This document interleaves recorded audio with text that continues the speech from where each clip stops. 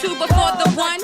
Wisdom is water, I'm the daughter of the cannon fodder. Applied knowledge and insight, a born scholar. Look like a martyr to marauders like Tartar. Wise owl slaughter, whack MCs order applauder. Original woman, decipher the womb. Crown of creation, fruit of the planet, earth and the moon. Peace, peace, peace. Welcome to another episode of Wise the Dome. Today I have a very special guest. You've seen him on Sodnetta and a few other platforms. We're gonna get into some heavy topics. I definitely appreciate the time, Brother Kuhani. Thank you for coming on. Thank you very much. Thank you for inviting me. Oh, no. I never thought, that I would ever, be on your show. And I think that this is an honor, Man, because, your channel, you keep it, especially with your you interview a whole lot of great social activists. And I, really appreciate that man. you given me, your platform so me could chat it up. Wow, man, I really appreciate that, man. I do. And thank you. And so how did you become interested in Pan-Africanism and the political movements of African people in the diaspora? Okay. The first thing, you're probably gonna laugh at this, but I got into Pan-Africanism rather organically. Mm-hmm. And let me go into that. I used to be an avid reader of Wikipedia, Mm-hmm.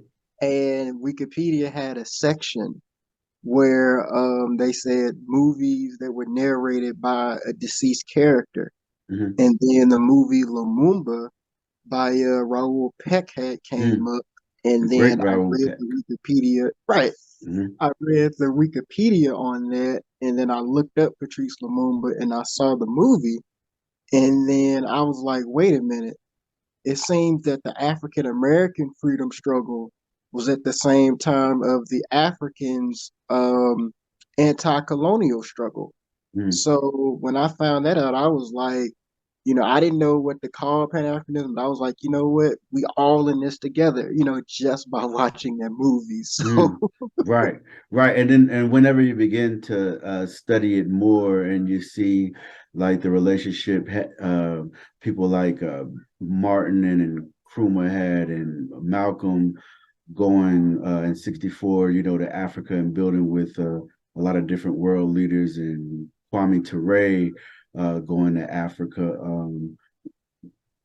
Once you begin to read these things, how did it like personally affect you and how you see the movement overall?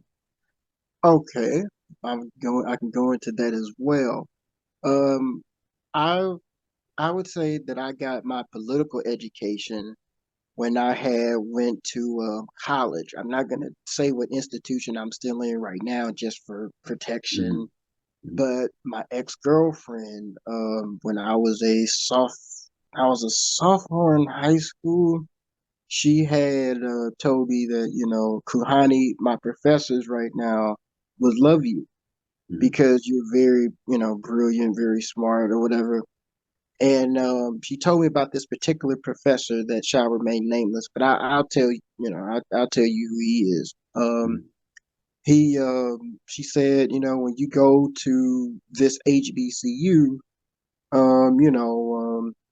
go and talk to him. And I graduated from high school, and he was like literally the first person that I seeked out. Mm-hmm. And I was like, Dr. So and so, you're my ex-girlfriend told me about you. You should when's your office hours? Mm-hmm. And then, at first, he was a little bit apprehensive. Like he told me recently, he was like, man, I thought you was a cop at first, running up on me like that. And so he winded up giving me a reading list. Mm. Because Wow. he was like, boy, read this. The first book he had me read was Frantz Fanon's The Wretched of the Earth, Mm. and then Black Skin, White Mask. And then once I was done with Fanon, Fanon, had taught me that, that, everything in The Wretched of the Earth, that's what our people do, Right. And then he had me read C.L.R. James, The Black Mm, Jacksons and the History of Pan-African Revolt. mm-hmm, And then he had me read The Bread Book.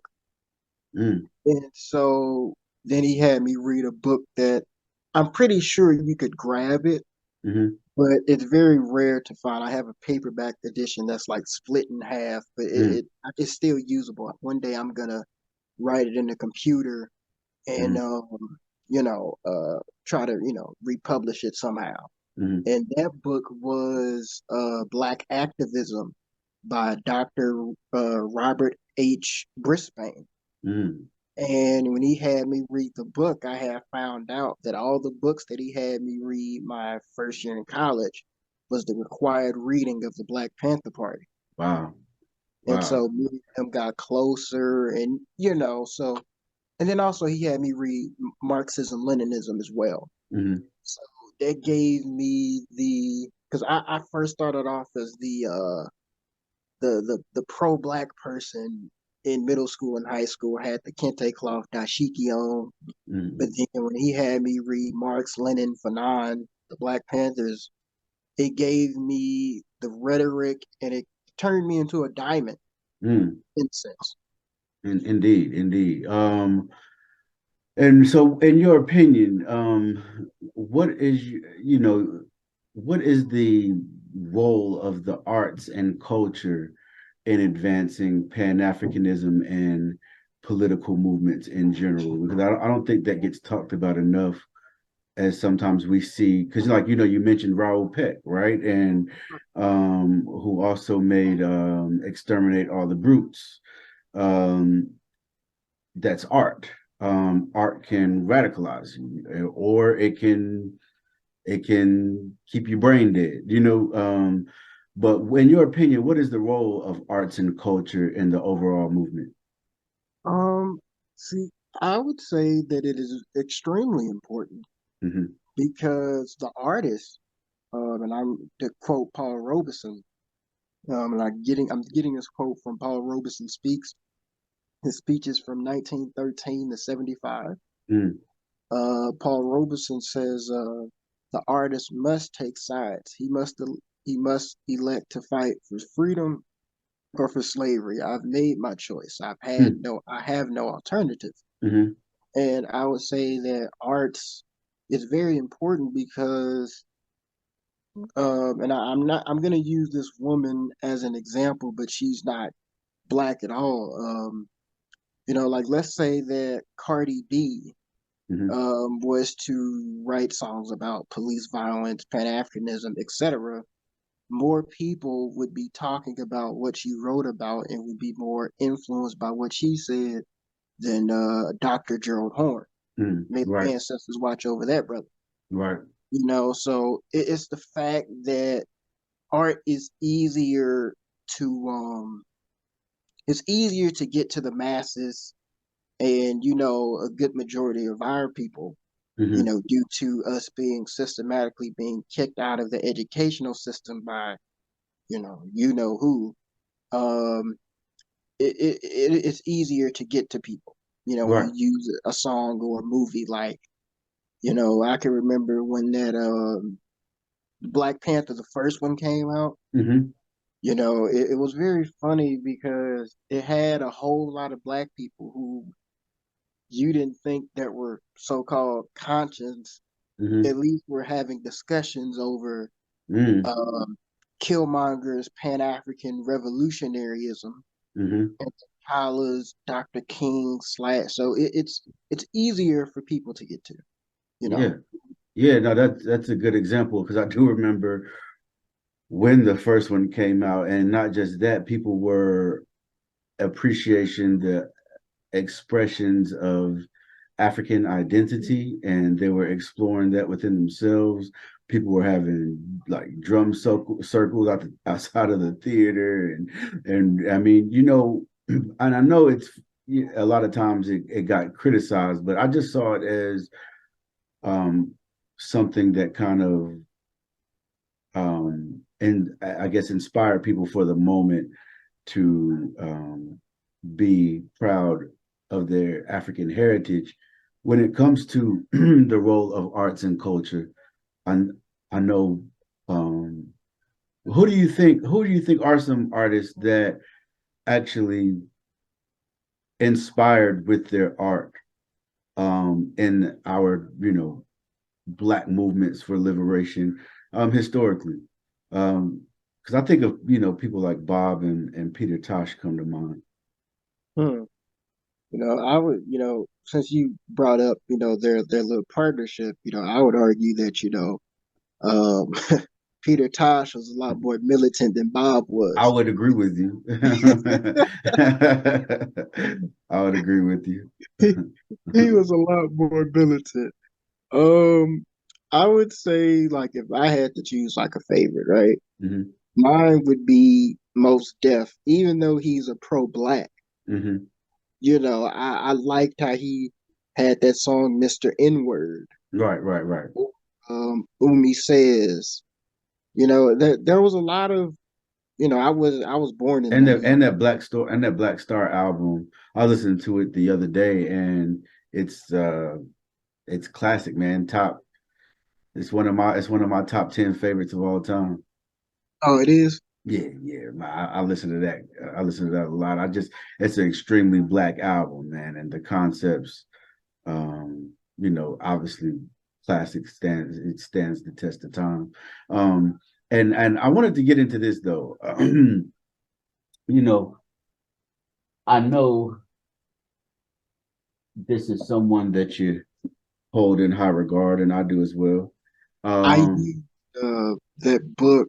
I used both of the volumes that Paul Jr. had wrote when I did mhm, my PowerPoints for Dr. Ma'at mhm. and stuff like that. Yeah, so and that's what I was going to say. Paul Robeson, man, he's somebody that I don't think, uh, especially in well, actually in the white community or the black community, I don't think he is, um, especially in ours though, because whenever white people teach Black history, it's always something that suits themselves. But when it comes to us and talking about who, our freedom fighters are, or thought provokers and people that were in the movement, I don't think he gets discussed enough. So I wanted to ask, why do you admire Paul Robeson, and how has his legacy influenced your own worldview? Um, First things first, I would say that like, and then this is just my opinion, that Paul Robeson, the tallest tree in our forest, was probably the greatest African American activist I think we've ever produced. Mm, Because I was talking to one of my professors, and I was like asking her about like Black nationalism versus Pan Africanism. hmm. She said that the thing about when you become a when you look at people like Paul Robeson, you find out that the more that you travel the world and the more you see many different attitudes outside of America, the more your perspective is going to be broadened. Mm, During the 1920s, 30s, 40s, and 50s, Paul Robeson was probably the most famous African American artist in America. hmm. And, he went into England. He said England is where he got his political education. So he was able, he was able to see things from a broader perspective more than members of the NAACP or the Urban League could. Mm, And what else? Why did I admire him is for two reasons. Number one, he had a very broad perspective. He was able to look at the race problem and the class problem in America with the same breath. mm. But the second reason is because he was a theatrically trained actor like I was. Wow. Um, Well, I was a and Shakespeare. he did Othello, correct? Yes, Hmm. I was a Shakespearean actor for 7 years, from Mm, sixth grade all the way up to the time I graduated. hmm. And I did Othello myself. Mm. And you know, yeah, me and him were very similar in the arts, department, but he had a very broad perspective. Um, so we're going to stay on Paul Robeson for a little bit. Um, for those who don't know, why was he kicked out of the NAACP? He was kicked out of the NAACP, and this is just my opinion. When you look at a lot of the slave rebellions that were thwarted, a lot of these slave rebellions were thwarted by another African, Mm-hmm. and this was, and this is during the 1940s. When I think that I don't, he was never really a part of the NAACP, but he tried to work with them. Right. During the 1940s, this is the time period where African American soldiers were being lynched in their uniforms. Mm-hmm. Paul Robeson, in his brilliance, had came up with an organization called the American Crusade Against Lynching. Right. And so he wound up saying that he read the riot act to President Truman's face. This was an infamous standoff. And that movement was obviously looked at, and I want you to keep going, but that movement was obviously looked at to be a threat to the NAACP's movement by the NAACP, correct? Yes, Mm-hmm. the American Crusade Against Lynching, and he said that if the U.S. government isn't going to protect us against Ku Klux Klan terrorism, then we might as well protect ourselves. Right. And so Roy Wilkins, and I'm quoting Paul Jr. So just in case that people want to be like, oh, I'm quoting Paul Jr. and he said Roy Wilkins had consciously and deliberately joined the right wing by saying, we will loyally fight for this country no matter how many of us they lynch. Mm. And there was an article that was posted in the Crisis magazine called Paul Robeson Lost Shepherd, Which where, is the NAACP magazine, correct? yes, Mm-hmm. For those, and I just like to make sure the audience, can follow and get those small nuances as well.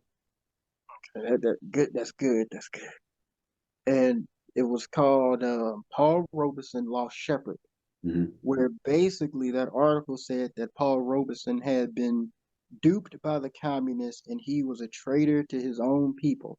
And not only did they publish that in the millions, they also published that and they made sure that it went into the African continent.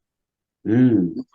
This is something that's not talked about Paul too. Like Paul, they talk about what he did when he was in England, where he Mm-hmm. said he got his political education. Now he met the great Cyril R. James, Jomo Kenyatta, H.G. Wells, Nnamdi Azikiwe. Mm-hmm. Um, but they never talk about that he was a founding member of the Council on African Affairs Mm. that um, that rallied for African liberation. W.B. Du Bois was also worked with him on that. He was also a founding member, and from the 1930s all the way up to the 50s. Right. So it's Do, do you so they were do you trying. think do you think Paul Robeson um becoming a communist or socialist, I should say, because I'm not sure exactly if he what brand of leftism he was.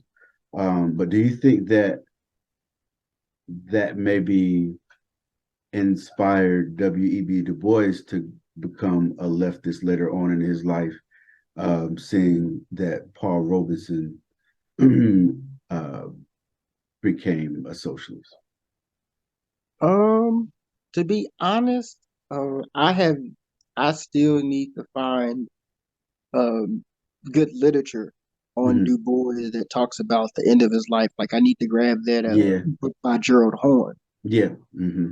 But I do know he died a Pan Africanist, and he was also kicked out of the Yeah. NAACP, an organization that he helped found literally, it. yes.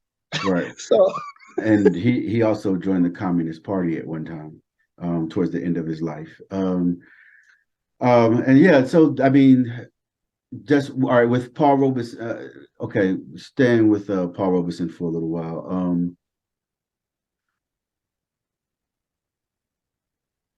So obviously he was a somewhat of a Renaissance man. He did everything. For those that may not be familiar with Paul Robeson, can you talk about that as far as how the man was pretty much good at everything he touched? okay. Um, See, I think the first thing it starts off with his training from his father, Hmm. who was affectionately named Pastor Robeson, and he was a part of the AME Church, AME Zion Church. And in high school, he finds out that he could act. Mm, In high school, he found that beautiful baritone voice that he is known for, and even when he goes into college in Rutgers, he is the master debate champion, the only black person at Rutgers. hmm Um, he then he winds up meeting his wife, whom he treated rather terribly. Um, is Londa Good Robeson, mm, and she generally became his manager. She had him, perform in a lot of amateur stage productions, hmm like the Chitlin Circuit. hmm He wound up forming a great relationship with the first African American independent movie director, Oscar Micheaux, hmm and he The does. great Oscar Micheaux, man. Yeah, and go ahead. Keep going. Because I don't know if people. You said he formed a relationship with. I don't know if people understand how big and how interesting that is because as we know, Birth of a Nation came out, and it was Oscar Michelle who began to create movies, black men, to counteract the racist narrative of the movies that were coming from white society. But go ahead. Yes, Mhm. I think his response to the film Birth of a Nation was, I think, Body and Soul. I'm not sure the name, but I'll look it up. But you're more than likely right. Or maybe Um, it was In Our Gates. It's one of those. Let me see.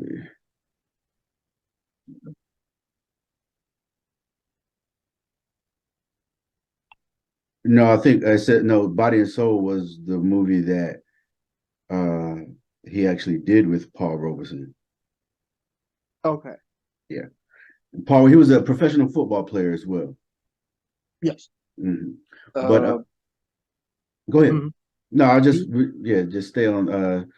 I just wanted to kind of say, I didn't mean to interrupt you, but I just think that the linking up with Oscar Michelle, I don't know if I just wanted people to understand how you know important that was for the arts and for the visibility of black men and women within these spaces, especially to counteract the narratives that were coming out of, like you said, things like Birth of a Nation, the Mammy characters, the Sambo characters, the Step and Fetch It characters, and things of that nature. yeah, that he was. I would consider Oscar Micheaux kind of the Spike Lee of the silent era. Right, right, right, right. I like that. I like that. What do you see? Well, first, one last question. All right, so NAACP, they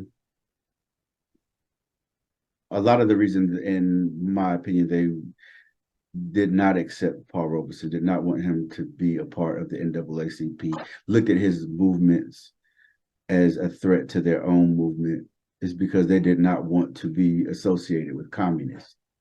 Um, what do you think what are your thoughts on the NAACP, especially at that time, an organization that has had people like Ida B. Wells, Barnett, Paul Robeson, well, not Paul Robeson, but they shunned Paul Robeson, but W.E.B. Du Bois, but uh, Ida B. Wells and Du Bois end up leaving.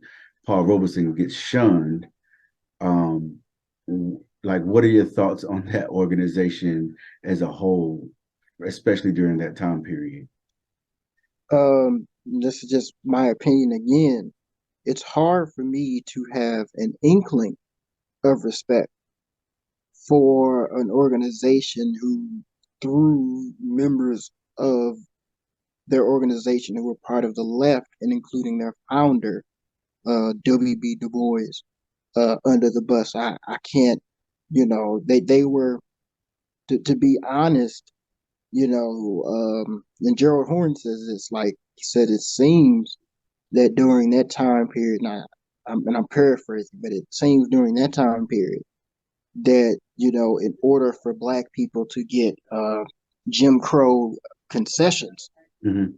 um, you need to throw members of your organization under the bus. Mm-hmm. And when I look at the end results of that so-called compromise, I don't really see anything that is useful that came out of that. Right, right. Right. No, I definitely understand your position. And, when we think about just the three people that I named that were uh, associated and then shunned or excommunicated, those are some of the three most powerful people in our history, of being in America. And that says a lot, and move fast forwarding to today's time, I guess, what do you see as some of the key challenges facing Pan-African movements today, and how do you think they can be overcome? I would say one of the biggest problems that Pan Africanism is probably going through in terms of a so-called movement is the fact that if you ask some, like, I mean, for real, this is my interpretation of Pan Africanism. Well, my definition of Pan Africanism. Pan Africanism basically means that you look at one Black person from America and one Black person from Africa as one, as Mm-hmm. one people. Mm-hmm. But if we were to really start to study the whole philosophy of Pan Africanism, there's really no blueprint on it politically. So this is why you have people who are on the internet that shall remain nameless, who say things like, while the vaccines were happening, Pan-Africanists were saying no to the vaccines. Hmm. Right. Like, you, so it's Pan-Africanism literal, needs a literal blueprint. Hmm. Something how to run, like, a government or something.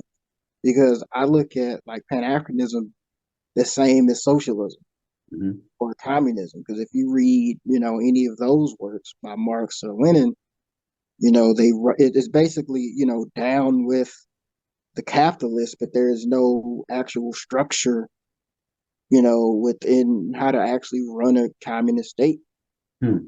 So I think that it is up to people who, are Pan-Africanists to really come together and formalize a really good literature that is not political philosophy, but it is actually answers economic and other questions. I understand. Great answer. And so I know you've offline we've talked about Mal, um and it's such it's a topic that can bring out both sides of the argument, as far as people that see value in his philosophy, and others that don't and will point to what they say are atrocities that were committed by him. If how I guess how would you reconcile um, admiration that you have for Mao? And obviously, he within like the Panthers read Mao. A lot of um, revolutionaries have read Mao. Um, and one of the criticisms that will always come from others is his own record for human rights and other issues, right? So Right. I guess my question is, how do you reconcile the admiration for his philosophy with criticisms of his record on human rights? Uh, well, first things first, and this is for your audience. I think that it needs to be talked about that during the late 60s, early 70s, Mao Zedong gave political shelter to W.B. Du Bois when he was in exile. He gave political shelters to members of the Black Panther Party, Mm-hmm. and he also gave political shelter to the grandfather of the Black Panther Party, Robert F. Williams. Mm. I was listening to an interview that Robert F. Williams had did. It's on the YouTube channel Transatlantic Productions, Okay. and he was talking about how when he went to China, Mao Zedong would have him talk to uh, the students, um, and he would have Robert tell him what Black people were going through under, as Gerald Horne would say, American apartheid. Mm-hmm. And he said that all of the children would be crying Mm. essentially. And before he had left, he said there was a Chinese girl that had rose up and said, "Robert, when you go home, you go and tell the Black sisters we're gonna liberate them." Mm. So it's very, and even when he would also have him give speeches. And he said the Chinese government people would say to Robert that, you know, like, even though that you're not a communist, we like you more than we do Nikita Khrushchev, because Nikita Khrushchev and Mao Zedong was arguing over how communism should be ran in China. Mm-hmm. And, Mao just kicked him out and was like, you know what? You don't understand the Chinese people, the soul. You Mm-hmm. know, I'm going to run my country the way I see fit. Mm-hmm. And, Robert was very, respectful, you know. Right. Um, Back on Robeson for 1 second. How do you see his legacy like intersecting with broader movements of social justice and civil rights in the United States? Okay. I would say that first we would have to look at, and this is just my opinion again, Mm-hmm. we would have to look at why was he intersectional with his politics in the first place. Mm-hmm. Remember when I said that England was the place where he got his political education? Right. So this is just my speculation. Mm-hmm. I think one of the biggest reasons why he was so intersectional with his politics was because not only did he go to England where he was able to talk to many of the white liberals of the time period and stuff like that, so he probably thought that, there are some, as the Black community would say, there's some good white people out there. Mm-hmm. And also during this time period, um, he has two white mistresses. Mm-hmm. By the way, his first mistress was a white woman who was an actress. Mm-hmm. Her name was Yolanda Jackson. Mm-hmm. And his second mistress was his first Othello leading lady, Peggy Ashcroft. She was 22 and he was 37 at the time. Mm-hmm. So I think with him being around the white liberals of his time period, I think that's one of the reasons why he was so intersectional with his politics. Like, because the Welsh people even today celebrate him for what he did with the Welsh coal miners. What did he do with the Welsh coal miners? What he would do was he would organize concerts Hmm. and he would sing the song Joe Hill. It's a workers' protest song, and he would be able to raise funds, and he'll have freight cars with foods that would come back and give the Welsh protesters provisions from their long journey from walking to Wales to England. Mm. So he's like, one of the heroes down there. Wow, I didn't know that. And so what would you, as back on Mao, Okay. what kind of drew you to Mao in the first place, and how has your understanding of his ideas evolved over time? I would say that I would always have a certain amount of respect for him, even though it was from politics. Like, Hmm. I don't. He says in his writings that he cares about the Great China. Hmm. Which is fine. I don't Right, have right. a problem with that. Hmm. But the fact that he was using black activists and literally gave them political shelter during the time of assassinations and turmoils, I think that he kind of needs to be classified as a bit of a friend Mm. to Black Americans. He Hmm. even wrote a speech talking about how we, China, we denounce white supremacy and the reactionaries. Hmm. We support the Negro people. We call on, you know, so, and even with his like politics, I would even say that he was I think that he is really no different from any other revolution throughout history Hmm. that had a goal Hmm. and said he was going to accomplish it, Hmm. and and he actually accomplished his goal. Mm. So I Right. mean, that's something to really look at. Like, how do I accomplish, a complete revolution?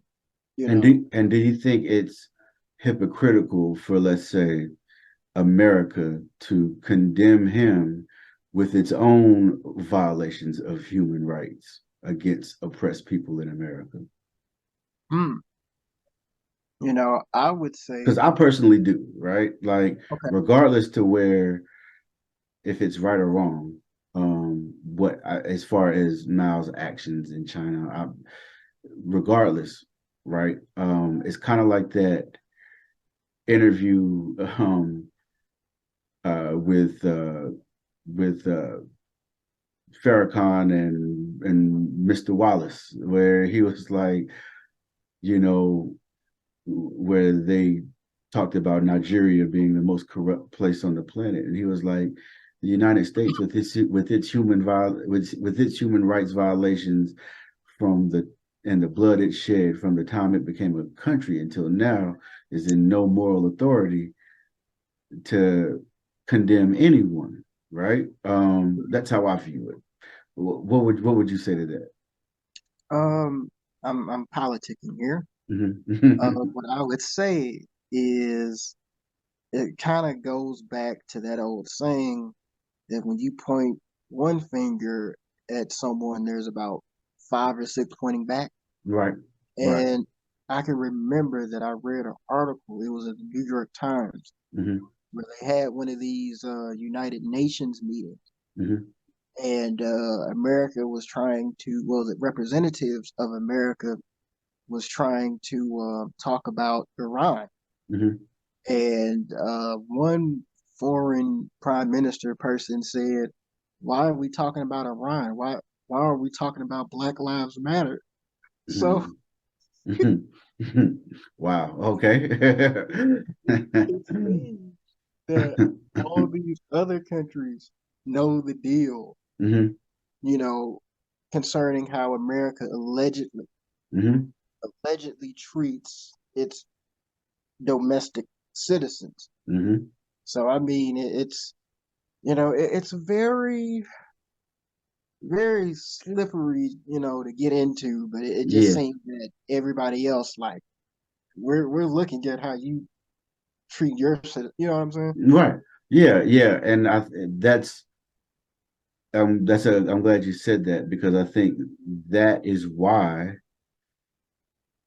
Pan-Africanism is probably and the idea of being international with your politics is why America sees that as one of the biggest threats. When Dr. King, was going to bill with Nkrumah and then spoke out against the Vietnam War, and then you had Malcolm uh, going to the Middle East and all over Africa and becoming international. Even the Panthers were international to an extent because they were going to Palestine and places like that.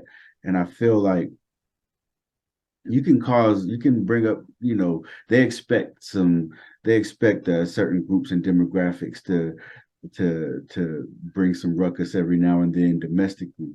But when you are becoming a part of the international community and then you have the ear of leaders and movements internationally, then you become a threat because this idea of American exceptionalism has to stay prevalent throughout its citizens.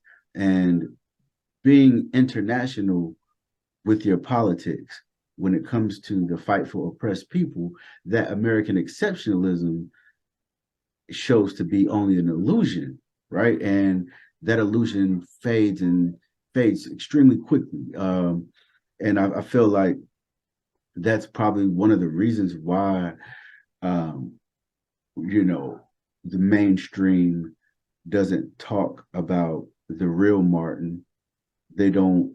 Whenever they talk about Malcolm, it's always about his conflict with the most honorable Elijah Muhammad, or him allegedly changing his views on white people after he went to Mecca, which is not true. Yeah. Um, and Paul Robeson and all of these people that were international, like even Ida B. Wells was international. She was going to Europe and speaking to them about the lynching problem that was happening here. Um, and especially at that time, she was considered a huge threat to the social order in America due to the fact that she had the ear of everyone, and then she was obviously a great writer, and she had her newspaper in Memphis. But saying that to say this, I just think that um, the more international you go, the more ears you have of the international community, the bigger the threat America sees you as. Um, and staying on Mal for a moment, what lessons do you think can be learned from Mao's political strategies and tactics, both in China and other contexts? Like even if it was something was applicable to another movement, uh, if you can, like, just talk about some of those lessons that you think can be learned from studying. Okay. It's okay if I answer the international Oh yeah, for sure. Go ahead. first. Hmm. Uh, okay, because this is what I've literally found out recently Hmm. about Black people who went international, right? And Hmm. what you're saying is correct, but I'm gonna hit you with some fears that I think the Hmm. audience would also like. Hmm. I would say our first prominent that was like state ran Black organization that was organized international Hmm. was probably the AME Church, right? Hmm. And they were international, and Are you saying that they were international because of some going to Liberia or in another way? they were Pan Africans. Right. Hmm. And what I Shout out noticed, to Richard Wright and Absalom Jones, and go ahead. were they in the chat? No, Richard. No, not Richard Wright, but Richard Allen. I'm sorry, Oh, okay. the creator of the creator of the AME Church. Okay. Hmm. Yeah, shout out to those ancestors. We need them. Um, I would say when I studied people of the AME Church, and this is something that is very interesting. None of the people from the AME Church, like uh, David Walker, who's my favorite, who wrote the Walker's Appeal. preamble. Yep, the Hmm. appeal. Henry Highland Garnett, who would start off all his sermons by saying that the American flag is nothing but a dirty rag. Mm. What I notice is these individuals were not assassinated. Hmm. Or, They weren't. They weren't. And also, you can't forget Henry McNeil Turner. But go ahead. oh, I Who forgot wrote about books about God being black, which was, yeah. I'll show it to you after we get off, but I have it somewhere. But go oh, ahead. so none of these people were assassinated. They Right. may have been called the N word, threatened with lynching, but none of these people were assassinated. Now let's fast forward. Hmm. When we look at the 1930s, 40s, 50s, 60s, 70s, 80s, 90s, our leaders are getting assassinated left and right. Hmm. Even to go back with Paul, Paul was allegedly he was allegedly had three assassination attempts on his Wow. life. Wow. The first time when he was driving from St. Louis all the way up to I forget which other state he was, Hmm. but he had discovered that when he checked his car, somebody had cut the brakes. Hmm. Nobody knows what happened with that. Hmm. The second time, he was trying to sing at New York, and there were white supremacists that tried to murder him. Hmm. They were trying to bypass the crowd and law enforcement. And when the police had actually stopped the event, they had found three snipers' nests. Wow. Then the third time there was an alleged assassination attempt was when he had a heart attack and he was subject. No, he didn't have a heart attack. Allegedly, he tried to cut his wrist in a Russian bathroom, Hmm. and then they took him to a uh, uh, a hospital where he was treated by Russian doctors. And another time, he had another like alleged psychiatric bout where he was taken to England at this hospital called the Priory, Hmm. where he was subjected to about 50 to 100 electroshock treatments Oh, wow. about 2 days after he That's was admitted. torture. Yes, Wow. about 2 days after he was admitted. Hmm. And he had no psychiatric test or anything like they just put him on there. And his son, Paul Jr., and I'm getting this information from Democracy Now, Hmm. where people don't know that his son spoke fluent Russian Oh, wow. Hmm. because Paul Robeson Sr. felt that his son should be educated in Russia because he didn't want him to go through the perils of Jim Crow. Right, right. Hmm. And when he went there, he had talked to a lot of the Russian archivists Hmm. because Paul was a scholar within his own right. Right. So he asked a lot of the archivists and the government people that were still alive. He said, at this party that my father was at, where we found him, like his wrists were bleeding. Uh, did you know of any shady practices, any shady people that were there? And they had told him in so many words that that those people that were at that party were not our guys. And so what Paul Jr. speculates is that he was a victim, and I wouldn't be surprised if this was the case, that he was a victim of MK Ultra, Mm. and someone at that party slips something like benzene in his drink because like something is going on with it because there's no history Right. of mental illness Hmm. amongst Robesons at all. Right. Now, one civil rights leader who has an alleged history of mental illness is Malcolm X's family. Hmm.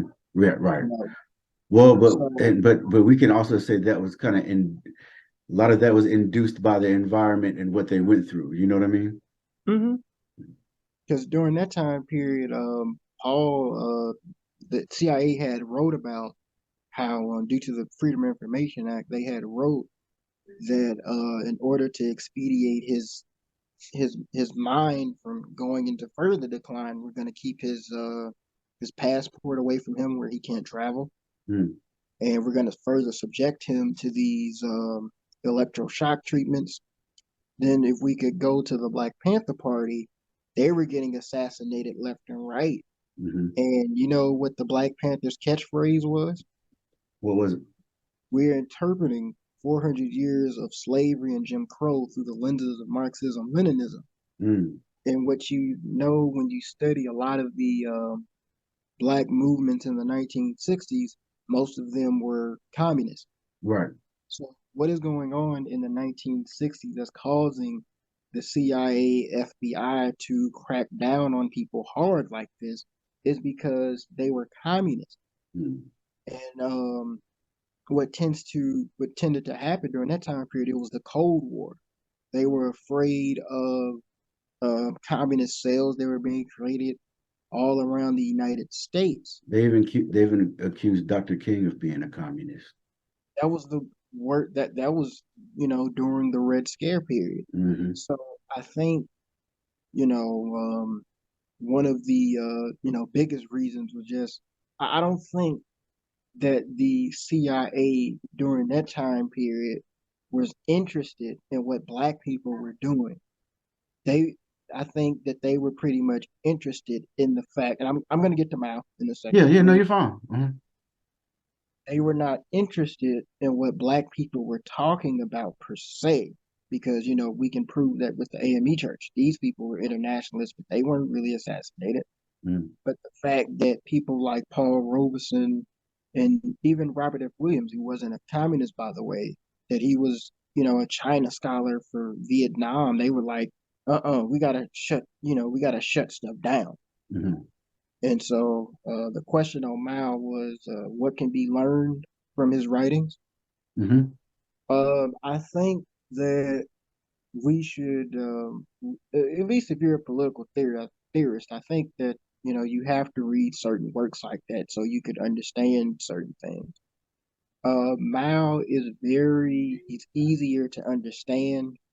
I don't know if I should say this, but it seems like it's easier to understand. Like if you read the Red Book, he's writing it in sayings like kind of similar to fortune cookies, and it's not easy. It's not hard, Yeah.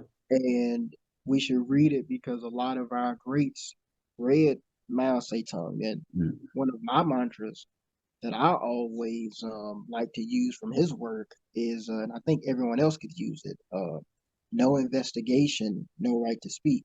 mm, And to investigate the problem is to solve it. right. So I think we need to be diligent in reading. Hmm. I think that if you are really a proponent in human rights, you should read. You shouldn't, because this is what I see on the internet a lot, right? Hmm. A lot of people, and you can use this, I've coined this myself. I think a lot of people, whether it be people on YouTube or people just on the streets, that they're like what I kind of like to call hegemonic scholars or pedagogy scholars. And that means that if I'm talking to somebody about Dr. King and they bring up everything that PBS or a documentary would give on Dr. King, that let me know that you haven't done your actual research on the man and you're parroting Right. from someone else.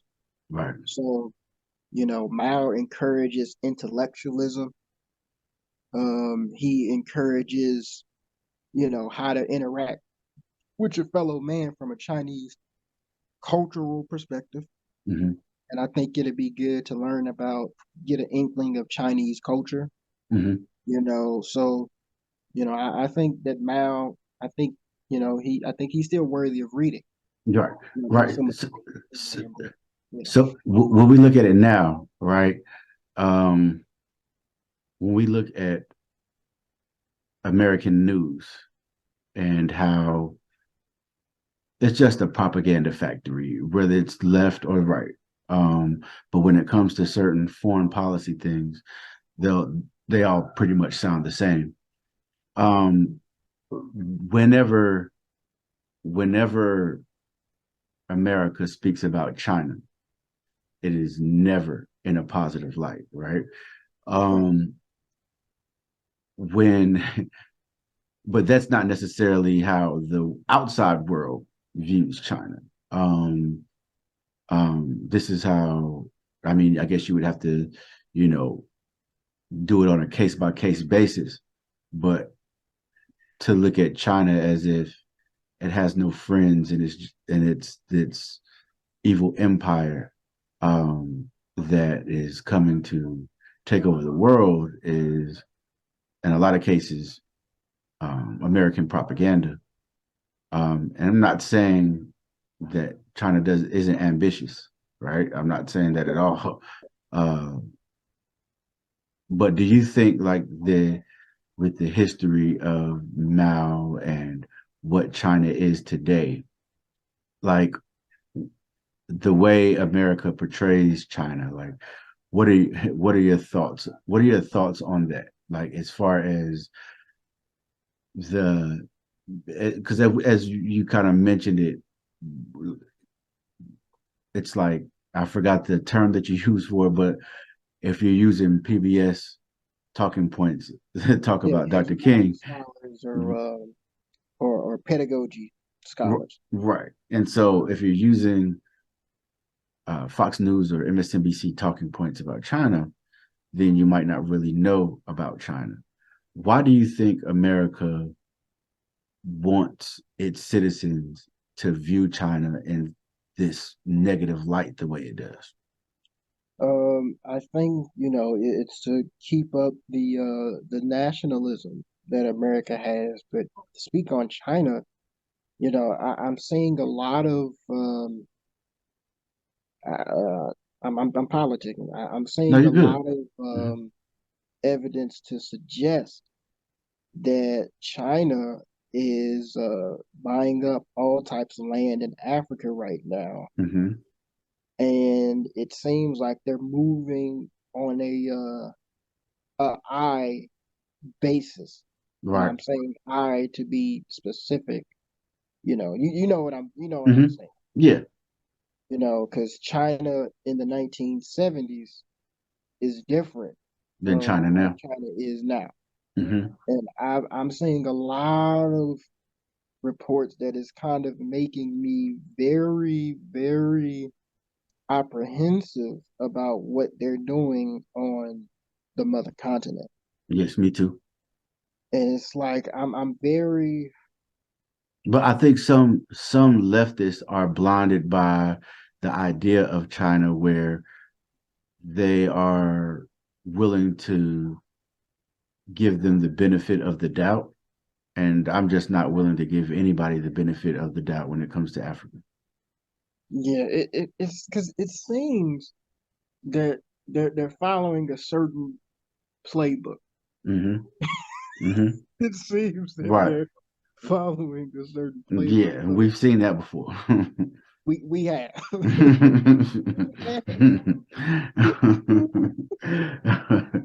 um, I wanted to ask you this as well. What do you see some, because I asked you this about Pan-Africanism. What do you see as some of the biggest challenges facing socialist movements today? And what do you think some of those obstacles are? Okay, this is my thing with socialism, Marxism, Leninism, communism, is that, and I think many people on the left need to grapple with this. And this is just my opinion. Communism is dead. Mm, Communism is dead because the Soviet Union had collapsed in the 1980s. And we went into this a little bit, but during the Soviet Union's inception and they got their show on the road, they organized things called they had a part in the government called the Comintern, where their job was to organize communist sales all across the world globally. Hmm. The person whom many people know of that came out of one of those sales was the great Vietnamese revolutionary Ho Chi Minh. Hmm. They literally had a school to where you would get a letter, and it was called the Communist Toilers of the School of the East, where you would be taught Marxism, Leninism ideology, and then once you graduated, you would go back home and try to make communist sales. And even another person who was of African descent that came out of the Comintern was the great, he's very underrated, uh, black communist by the name of Harry Haywood, Yes. Hmm. part of the African Blood Brotherhood. Yep. He was called the Black Slav because he spoke many Eastern European languages. Have you read this? I have the PDF of the actual book Hmm. because Okay. that book that you have right there is the book that his wife had edited out and she Hmm. took stuff out of it. But Oh, you did can, you? yeah. What'd she take out of it? I haven't read that version Hmm. because I haven't, I'm still reading Black Bolshevik. Yeah. That's the Hmm. book you need to get the PDF on is Black Bolshevik. And he comes out of that too. So, you know, since the Soviet Union is, I want to bring this up too. Even when we look at South Africa, if you read Gerald Horne's book, White Supremacy Confronted, Hmm. he talks about really the biggest reason why they had freed Nelson Mandela from political prison was because during that same time period he was being taken out of incarceration, the Soviet Union had already collapsed. And so the ANC, people don't know about this either, that the ANC were communists. And so, they gave them, certain things like, rhetoric, all the type of political tools that you need. But since that the Soviet Union collapsed, they were weakened. So they were like, you know what, we're gonna give you Nelson Mandela. Mm. So and to go back to communism, like it's really dead because you have a bunch of people who claim to be socialist communists, but they're just speaking rhetoric. Mm. There is no practice that is being put into place anymore. So I mean, I don't take a lot of these people serious because, like, I say this to people, like, communism, in my opinion, is good to read Hmm. because we live in an industrial age, and Marx and Engels came up with the inception of communism based on what they had saw from urban England and urban Germany. Right. Since the world globally is industrialized, it is important to use them as rhetoric, but in terms of like being a threat like they were in the 1930s, 40s, 50s, 60s, 70s, they're not that anymore. So, Mm. socialism is just, it's rhetoric at this point. Interesting. There would be a lot of people that push back on that idea. Hmm. I Uh, would just tell them, like, I mean, just look at, I mean, the Soviet Union is gone. yeah. I think you could get into Cuba and um, why why all of these sanctions have been placed on Cuba to uh, to make it seem as socialism is not a viable option for any nation to adhere to. Um, and I'm looking. There's an article um, that I read the other day. I'm trying to find it here. Um,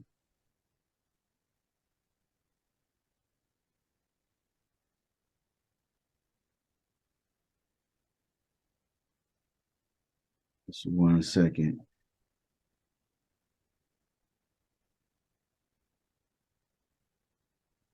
I mean, I can't find it. I don't want to spend too much time on that. But yeah, I would think that um you have to well the forward movement of any nation that operates outside of the system of capitalism, because capitalism has to be seen as the only way a nation can uh, prosper and maintain itself and its citizens. Even during Katrina, Cuba offered to send millions of dollars worth of supplies to uh, the people of New Orleans, and America denied it, right? Because Right. they can't be seen as, what do you mean, this little communist country island over here? Like, how are they even able to do this, right? Like, it has to be made to seem as if capitalism is the only way. I do see issues, obviously, within the leftist movements, especially in their relation to Europeans sometimes, because white leftists often like to deny that race is a factor in any oppression. It's simply class, which that is not our experience. But I think that you would get some pushback. I think just due to the fact that there hasn't been a nation in recent memory that was able to develop with their own agency, an agency over themselves to develop. Because look at Africa's leaders that were within the independence movements that were um, leftist or socialist leaning, like they were all assassinated, right? And then in its place, they put in leaders that would do the bidding of the West for profit, right? Sell their own people out and their own resources out. Trees What? Lumumba. Yep. Yeah, well, and so I think that's definitely a conversation that we need to continue to have. And the last question I wanted to ask you, once again, brother Kuhani, I thank you for coming on. It's been a dope bill, man. You're very knowledgeable, brother, man. But do you see, to tie it all in? Okay. We have had people like Lumumba, like CLR James, like Walter Rodney, like Haywood, like Hubert Harrison, um, who were leftists. How do you see now in today's time Pan Africanism and leftist ideology as intersecting ideas? And maybe, what, doesn't even have to be in today's time. You can kind of talk about the history and now. I would say that, and this is what Vladimir Lenin says, because we have to keep this in mind as well. Vladimir Lenin is quoted to have said, revolutions, and I'm adding this part, revolutionaries always come about during the correct objective conditions. Mm, And so that means the time period. mhm. So we have to be very mindful about looking at people who came out of the 1960s, 50s, 40s, 30s, because they were, the Comintern was around, so they were kind of protected. So we need to, well, first things first, like in terms of Pan Africanism, as I stated previously, if you are a believer of Pan Africanism, I think that what you have to do is that people need to come together and put political minds together and try to actually formulate Pan Africanism into a legitimate political system. Because, if somebody asks me what Pan Africanism is, I just say it just means that Africans all around the world and abroad are the same. But we need more than that. We need to be able to have it as a political system. We need to come up with something like, I don't know, the Pan African Manifesto. Hmm. It's way better written and it has a blueprint better than the Communist Manifesto because it causes a lot of confusion. Do you think that they need to, like like how we had the Pan African Congresses back in the day with Du Bois and them? Do you think that our thought leaders in our community should begin to have these again with international with blacks all across the diaspora? I would say that that is going to have to be one of the courses of action if you actually believe in Pan Africanism. But we need to really patent it. We need to really write it down to where we don't have people that be on, Twitter that'll be like, this is what Pan Africanism leads to. Like we need to really patent that thing, Mm-hmm. patent that political ideology and make it go farther than, what people think it is. So that way, somebody say Pan Africanism is nope, we got the book right here, the Pan African. Right. So Right. once we do something like that, or the minds of the day, the intellectuals of the day do something like that, then we could move on to Pan Africanist conferences and we can actually build and stand on the shoulders of Du Bois, stand Mm. on the shoulders of Paul Robeson, stand on the shoulders of the AME Church, stand on the shoulders of CLR James, Walter Rodney. We can be better than they could. I mean, we have all the resources. We got phones, Right. we got computers. Mm-hmm. I mean, I know brothers like to look at the twerk videos and everything like that. I mean, I do too, but we gotta we we we gotta build on what the ancestors made and make sure that we can actually make it into a legitimate ideology. Right. Brother Kuhani, thank you for coming on the show, man. It's definitely been a pleasure to build with you. If anybody wants to follow you on social media, how can they do so? It is Kuhani Mwad Delifu. Indeed. All right, man. Well, it was good to build with you. I look forward to doing it again, man. You gonna Peace.